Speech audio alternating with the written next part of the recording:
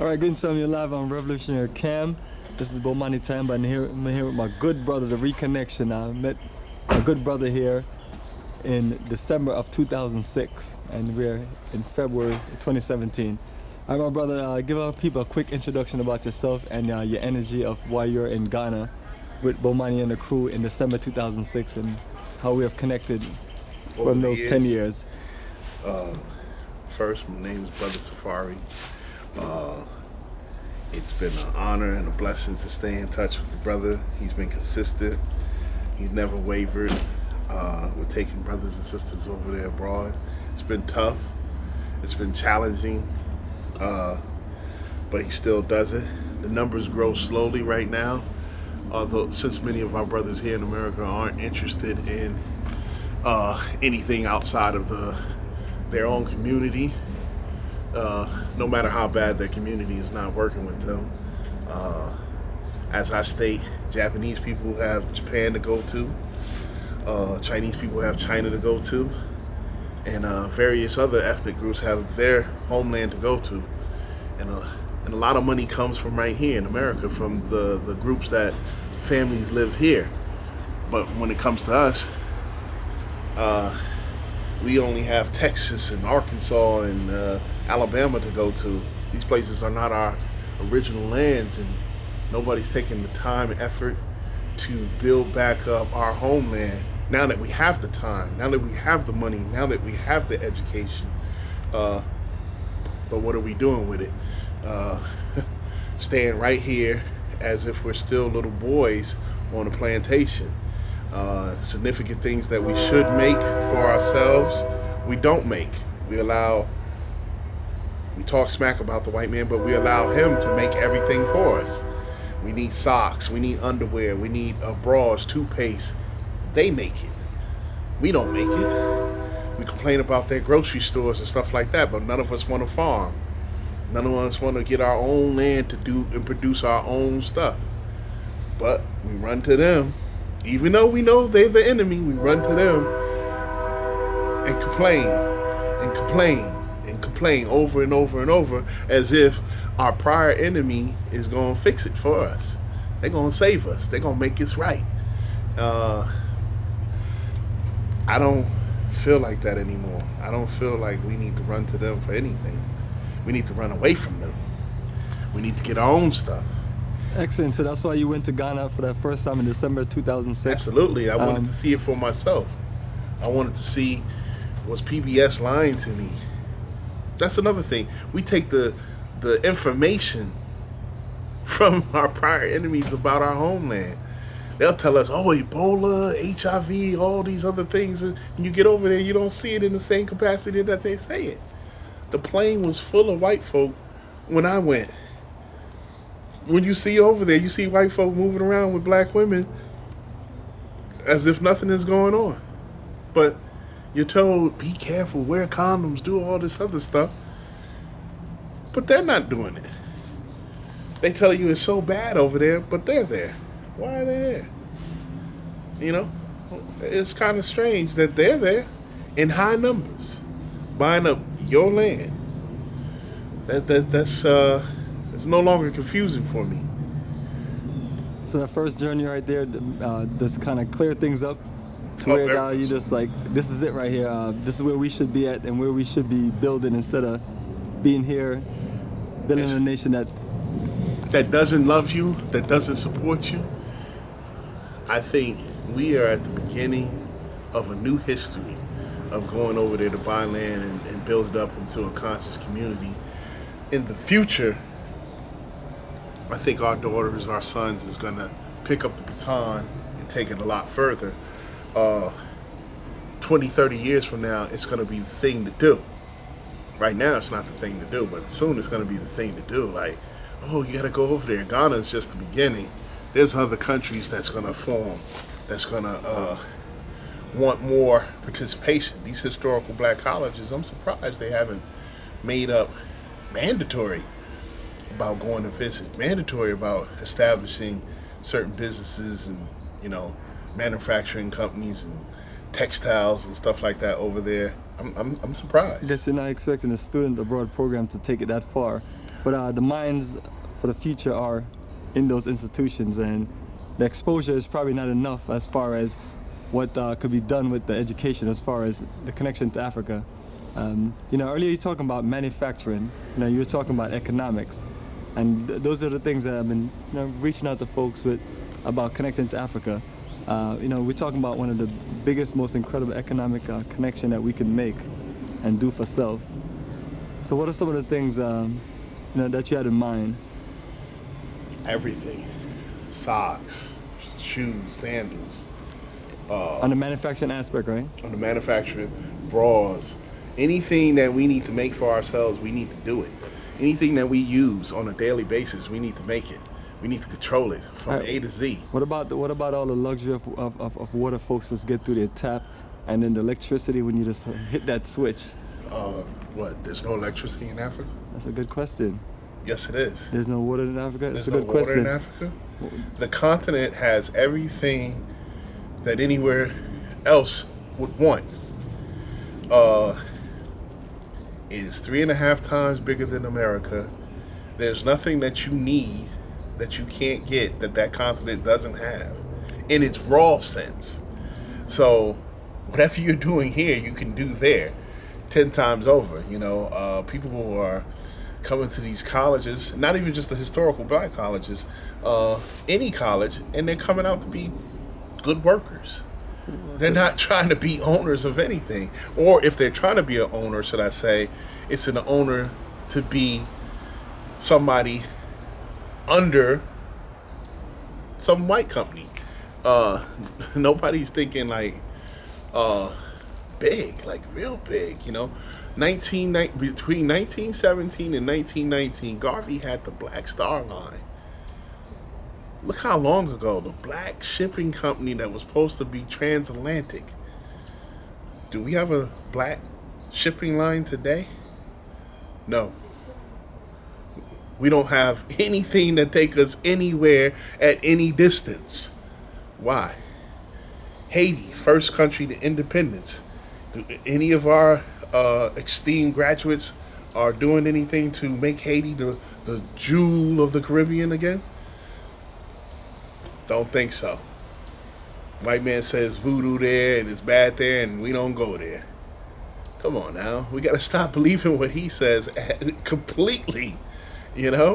When he had Haiti, it was the jewel of the Caribbean. Now he doesn't have it. It's taboo. Don't touch it. Stop breathing his lies. Black cats aren't bad. White cake is not angel cake. Stop believing their lies. We gotta move on from their hypocrisy. Exactly. Another thing in that is these things could be considered part of celebrating someone else's culture, like the holidays and things like that. Things that when you celebrate someone else's holiday and culture, what you're doing is you're building their economics. And when you're moving away from your own culture, you're destroying that future. So when we talk about this reconnection, what are some of the ways our folks can get interested in really just being open to coming to the continent and seeing the land and saying, hey, I want to contribute my engineering skills, I want to contribute my scientific skills, I want to contribute this, all this muscles I have and put to work. Right now, getting into it is at ground floor. You have the luxury to, like if you start a business over here, start a business over there is a little bit more unique, and you have the chance of creating a very lucrative business for yourself. If you are just a water company and purification, you could create something that's amazing for the people and still make money that way. Travel is another big option. If you wanted to create buses and stuff like that, there's so much untapped stuff that you can do from A to Z over there. It's limitless. It's insurmountable. I couldn't even name possibly everything that you could do in the continent of Africa, but I do know for a fact that I'd rather invest over there than here. It's because it's just so ground zero. It's so raw. So your message to everyone is Let's stop making this nation America rich, and let's contribute to the upbuilding and development of an independent Africa for our future. Yes, exactly. I mean, to do it over here is still, at the end of the day, seems like you're making white America better. To do it over there is to say, hey, I'm invested in my world. Chinese man is not happy unless he's doing something for China. Japanese man is not happy unless he's doing something for Japan. And it goes on down from that. Irish man is not happy unless he's doing something for Ireland. And there's nothing wrong with that. That's beautiful. Why we can't be happy doing something for Africa? It's so simple. Africa for the Africans. I mean, you can't get no basic than that. I mean, when we are at some of these, and we do good jobs at some of these organizations that don't belong to us. I mean, magnificent jobs. I'm the only black person that works here. Okay, and you do stellar work too. Why not have your own? I mean, what's wrong with that? You know, 80% of us, I was telling you before, 80% of us play in these sports, but we don't control the sports system. You know, we're still boys on a plantation. You know, that 3-point shot is nice, but it's not the type of money that owner is getting. He's getting that real money. He's wealthy while, you know, they're just boys running up and down the court. But another aspect of it is, you know, while you have those contracts, you as a business person, the house you buy, the car you buy, the doctor you go to, your physician, your psychologist, they're usually people that don't even look like some of these athletes. Yeah. And that's to the point where they're making a little change, but they're giving all of that resource back to white America, to the establishment of this, making this nation this richer and stronger. And it just seems like it's just fueling our own oppression, you know, where it's just, we're just investing and participating in making people just do the same oppressive stuff to us over and over, because it's like we're begging folks to say, hey, I have all this money now, what can I do to just give it away to you? And just volunteering and giving it up. Where's the outreach to grassroots movement of just dealing with consciousness and nation building and doing all the progressive stuff in Black America and also in the African continent? Well, the sad part about it is many of us get educated and we don't even want to be around ourselves. We don't want to establish any type of think tanks. We can't communicate with each other. And we're so eager to be appeased by our previous, slave master that some of us complain still to this day, oh, we didn't get in the awards and the Grammys and this and that. We could have our own Grammys. We can have our own celebrations, you know. But isn't that a form of validation if we just always want to be recognized by our oppressors? That why am I not getting an award for this? Why am I not getting this and that? Yeah, and then like some of us even brag about it too. Like, look, I got a Grammy. You know, like they labeled me as smart. You know. And it's so sad because people really run with that, you know. Beyonce doesn't need any validation from white America that she can sing and dance and stuff like that. LeBron doesn't need any validation that he can play basketball. And what's funny with his situation is they compare the next up-and-coming basketball star with Jordan being the catalyst, and it's just so much conflict between one black athlete to another black athlete, and it's like we got these two Negroes, you know, fighting each other, and Jordan will make a statement, and then LeBron will make a statement, you know, and Kobe used to be in the statement, and you know, and it's just like they're so trickery of. It's a form of distraction that we talk about. As long as we're arguing and beefing and dealing with drama about things, how can we really come together and build the nation that we're talking about building? Yeah, you know, because they keep us divided. They keep us thinking about stuff that's insignificant. LeBron and Jordan should say, Jordan had his way when he was in. This is my day. I do not want to talk about Jordan anymore. If you ask me a question about Jordan, I'm not going to answer you because it's not about him at this point in time. It's about me at this point in time, and that should be it, you know. Serena Williams. There's so much stuff that's out there that's you don't have enough tape to even talk about. Yeah, absolutely, brother. And that's why we're gonna cut it short, and we're gonna just continue this journey next time. And definitely want you to just link with our folks and really just let our folks know that you're part of that energy when we talking about we must reconnect the African continent and do nation building. We're serious. I was telling people about the land, Benue village, about about how we can come together as individual and groups just to really just build something sustainable, and that's why I was messing with you about electricity and water, And my thing is, we have the greatest technology available right now to this water come from the sky. That's your water right there. Sun is shining. That's your light right there. You can just make anything happen from it, and that's why I want our people to be open to that. They can bring back the science and work the land and build anything that they need. And don't worry about what other people have, and just make it work for ourselves. Oh yeah, conscious communities is the wave of the future, because you're putting something together. You're talking about sustainable communities. Yeah, you're putting it too. You're establishing something from your perspective, and you don't have a lot of these funny rules that they got over here that can prevent you. That you got to get this license, that license, and this license, and that license before you can even work with your people. And,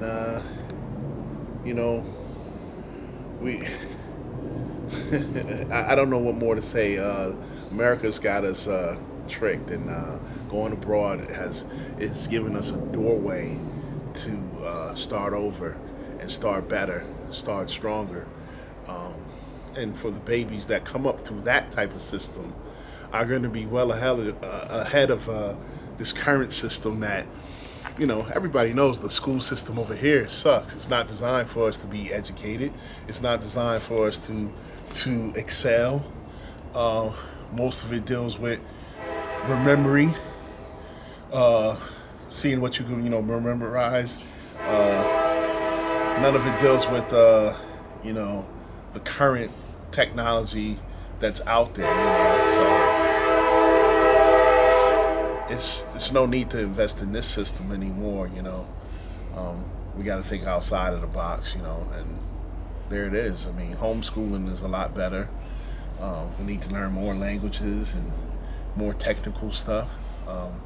We don't have enough plumbers and electricians that are coming out here in America. Like, everybody's pushing college, but college is not necessarily for everybody. So that's pretty much it. I don't know what to say more now. I appreciate your energy, Let's brother. see some Appreciate action. your input Let's see and some everything. donations. Let's see some, There you go. put your money where your mouth is type of stuff. Stop crying about what they do and start focusing on what you do. What do you do? Are you As a matter putting of fact, some take a action? journey to Africa with us and see for yourself and experience for yourself, and then we can even start from there. Yeah. Do some research. That's the first thing. Do the research. Go see what it is. See if it's the same thing you've been seeing on TV. What am I going to eat? There's food there. Where am I going to sleep? There's hotels there. I mean, it's so funny, some of the questions that I get, but, Unbelievable, right? that explains where we are. I mean, these are college graduates that say, what am I going to eat and where am I going to Business sleep? professionals. Yeah. I mean, there can be huts and stuff like that in a lot of places, but there are a lot of regular plain old houses and hotels, no different than anywhere else. When you go to Europe, you don't ask those funny, silly questions.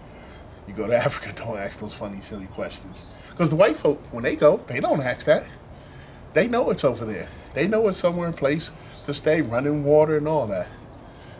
So I mean, let's not be tricked for any longer. Let's get together in numbers and have a place to go to,